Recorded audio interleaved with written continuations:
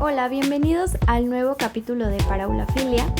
Este es el turno de Nadie me verá llorar, una novela de Cristina Rivera Garza que se escribió en 1997 y ganó el premio José Rubén Romero.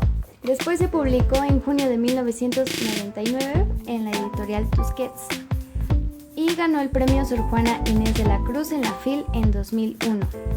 Nadie me verá llorar es un cúmulo de discursos, es un ramo de historias que se entretejen en un contexto del porfiriato. La protagonista, Matilda Burgos, es una mujer proveniente de Papantla que perteneció a una familia que se dedicaba a la siembra de la vainilla y a la edad de 15 años se muda a la capital del país con su tío paterno Marcos, que es un personaje que simboliza el conocimiento científico y las buenas costumbres.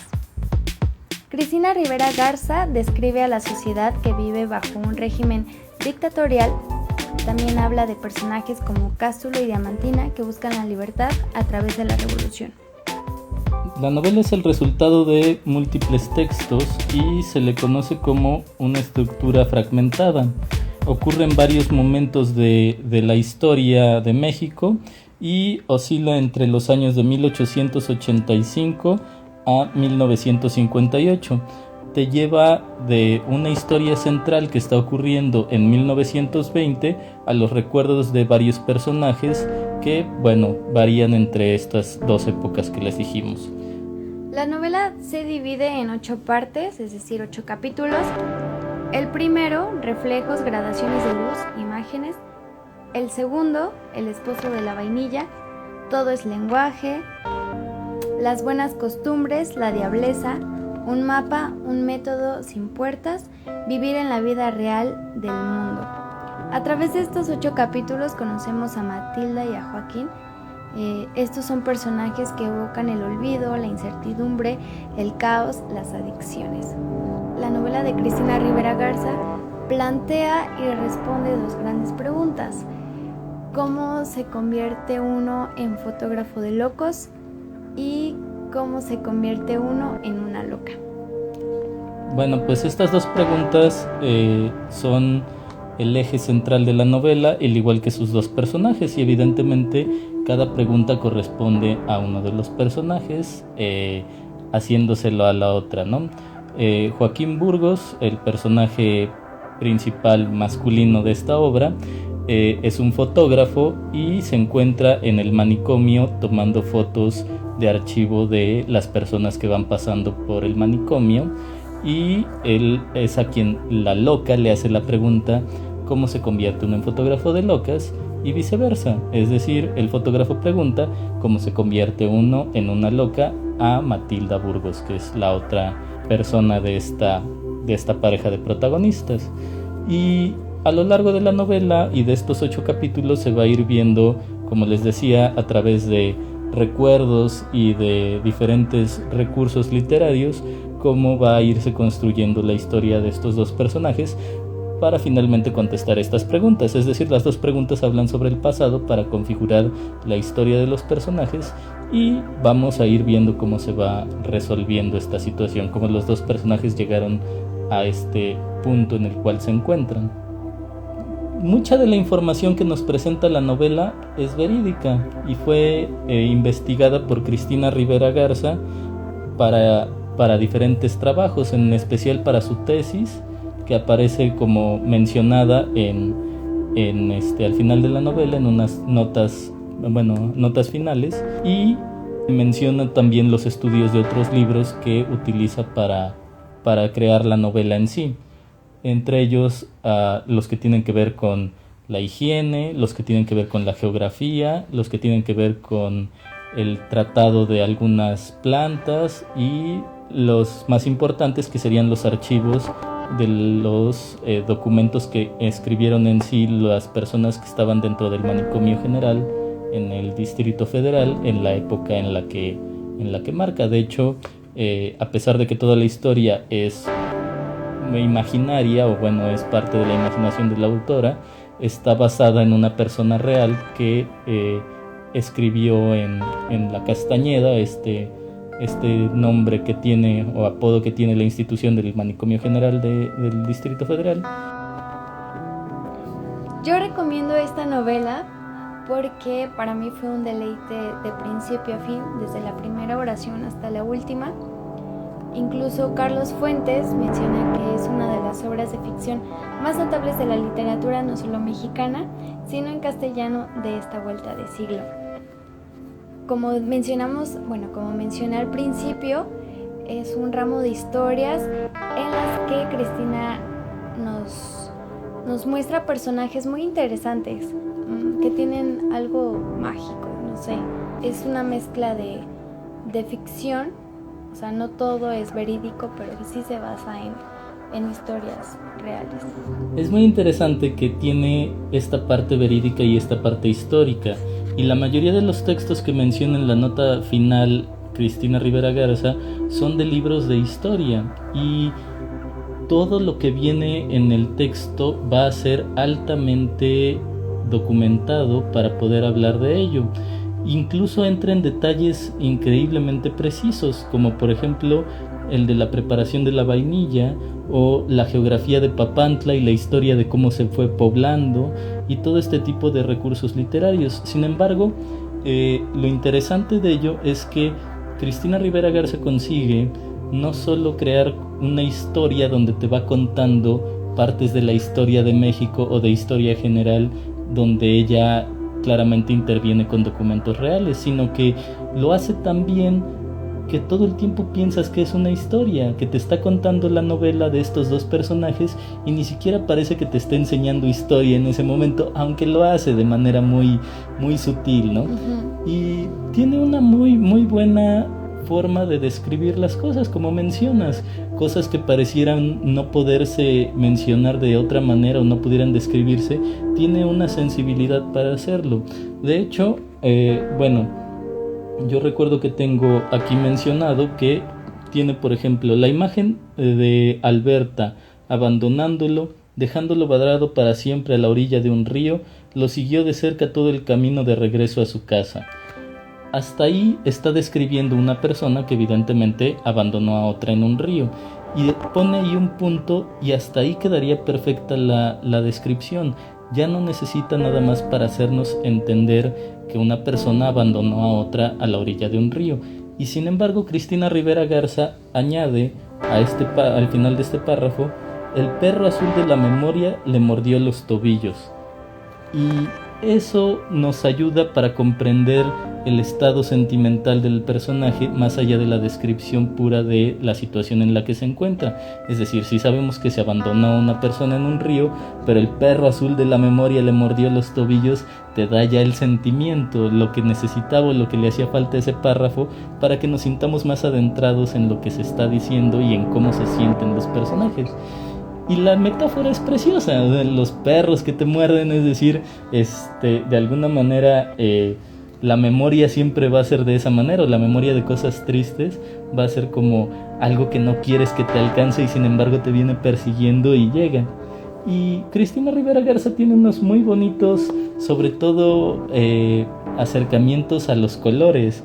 Tiene observando hacia adentro de las planicies púrpuras de la melancolía, o por ejemplo, la soledad brilló con color púrpura en sus ojos. Es una constante idea de traer colores a los sentimientos, y que nos ayuda no solo para percibir cómo se sienten los personajes, sino es una manera muy bonita también de describirlos, y que nos parece como completamente racional. No, si alguien te dice: es que estaba yo azul de tristeza, ok, puede sonar raro, pero lo entiendes de alguna manera. Entiendes cómo estaba yo gris en ese día. O sea, es algo que sí te mueve a decir: ok, no es la información detallada que tendría un libro científico, pero entiendo de qué va, ¿no? Otra de las cosas de las que habla Cristina es sobre las relaciones, o sea, todo el tiempo. Habla sobre relaciones de poder entre las personas, del poder de los recuerdos, del poder. Habla de las primeras mujeres, de esas mujeres de las que los hombres, según Cristina, no pueden deshacerse, digamos de manera psicológica. habla de cómo esas personas marcan de por vida y que simplemente uno no puede dejarlas, ¿no?, en el pasado. Están siempre ahí, siempre presentes. A mí se me hace muy interesante el concepto de primera mujer, sobre todo porque creo que no se podría... Bueno, es muy interesante porque lo describe una mujer, que en este caso es Cristina Rivera Garza, lo cual pues ya es interesante porque habla sobre un sentimiento grandemente masculino. Bueno, lo presenta como una idea masculina, y habla sobre los hombres que encuentran a la primera mujer. Y también creo que es un concepto que solo podría darse en México, porque, o bueno, en mundos donde tenemos cierto grado de machismo hacia las mujeres, porque el concepto en sí es las mujeres que son inalcanzables. Esa va a ser tu primera mujer. Tu primera mujer va a ser aquella que es inacible, que es casi perfecta, y cada vez que la ves la quieres sin ninguna restricción. Va a ser el ser tan perfecto que no vas a poder nunca estar cerca de ella, o si logras estarlo, no va a ser por mucho tiempo. Nunca se va a quedar contigo, no va a ser la persona con la que te cases, con la que tengas familia, nada. Solamente va a ser como ese sueño inalcanzable de tener, o que puedes solamente tener un momento. Y para los hombres generalmente sí sucede, o bueno, siento que sí sucede eso. Cuando eres adolescente, cuando eres joven y te enamoras por primera vez, sientes que la primera persona de la que te enamoras va a ser la de toda la vida, y juras y perjuras que es perfecta, y pues evidentemente no, pero así es como la vemos la primera vez por los lentes del amor que nos provoca, y no puedes quedarte con esa mujer porque evidentemente es un desgaste tanto físico, emocional, no sé, mental, el hecho de tener esa mujer siempre en ese contexto. Y bueno, ya una segunda o tercera mujer, que son de las que habla después, serían mujeres que ya ves como más persona, digamos. Hay otro concepto que creo interesante, es el del orden, o más bien el del desorden. No sigue un orden cronológico, las ideas tampoco están como tal ordenadas de manera lineal. Esta historia nos lleva de un personaje a otro, y creo que también eso es muy valioso, porque al mismo tiempo nos transporta a ese tiempo en el que no había un orden específico. Todo ocurría basado en cosas anteriores, pensando en el futuro. No sé, así lo veo yo. Okay. ¿Cómo ves esto de...? Sí, de hecho, bueno, también habla como en el contexto del desorden del México que se vivió en esa época. O sea, viniendo del porfiriato, donde tenía todo cierto orden por la dictadura y había seguido igual durante muchísimos años, bueno, 3 décadas, de repente llega el desorden, que también lo viven en esta novela, y que es la revolución, y la revolución se la conocía como la bola, como el caos más que otra cosa.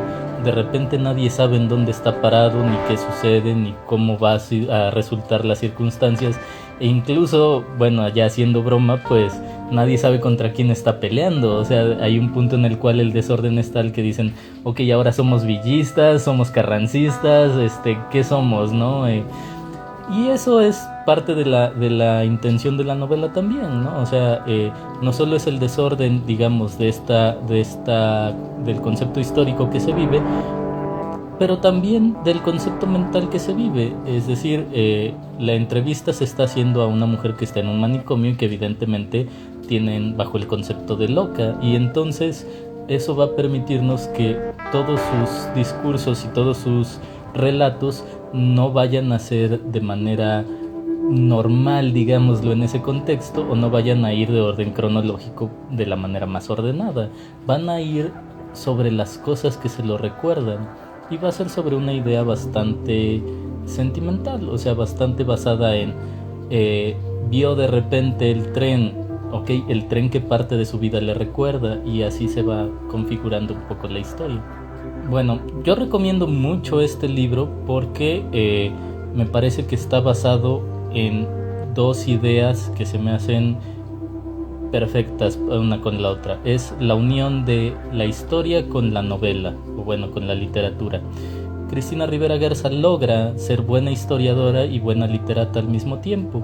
Entonces, si ustedes van sobre la novela, es decir, si la toman solamente por lo que es como una historia, van a encontrar muy bonita escritura, muy bonitos pasajes, y van a encontrar cosas que realmente están escritas con mucho cuidado, y van a encontrar una historia que habla sobre las épocas del porfiriato y la revolución, pero sus épocas más oscuras, habla sobre el manicomio, habla sobre tiempos que el mundo se deshizo por la revolución, habla de locos y habla de morfinómanos, habla de adictos, habla de relaciones lésbicas, habla de un montón de cosas que son bien interesantes para una novela. Es decir, si entran a esta novela buscando elementos impactantes, les sobran.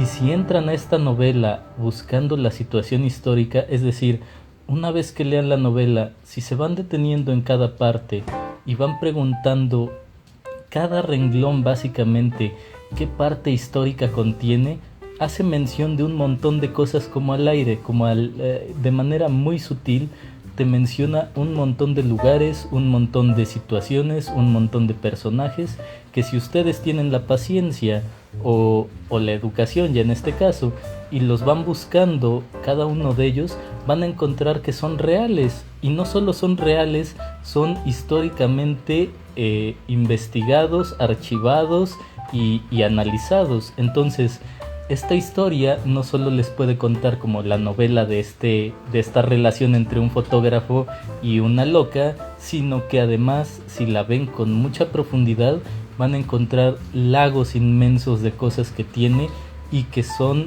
parte de la historia de México y que son súper interesantes. Desde la higiene, cómo era la higiene para los médicos en el siglo de 1900, a no sé, cómo eran los burdeles en la época del porfiriato, cómo era el concepto de las buenas personas, de las buenas costumbres, cómo se planteaba la idea de la pobreza. Todo está ahí. Incluso Cristina Rivera Garza hace tan buen análisis que se mete con el mundo literario y habla sobre el concepto de la modernidad. No solo de la modernidad en el concepto de los trenes o del telégrafo, todo esto, sino del género literario de la modernidad que existió dentro de la literatura muy fuerte y cuyo principal representante era Rubén Darío en esa época, pero habla también del contexto de cómo se escribía y cómo la vanguardia existía, habla de Maples Arce, todos personajes reales que si siguen viendo, investigando cada una de las palabras, se van a encontrar un mundo que pueden descubrir ahí sobre todo lo que les platico. Ok, entonces esta novela está súper recomendada por ambos y los esperamos para nuestro próximo capítulo. Vamos a platicar sobre Oficio de Tinieblas, una novela de Rosario Castellanos. Gracias. Gracias y hasta luego.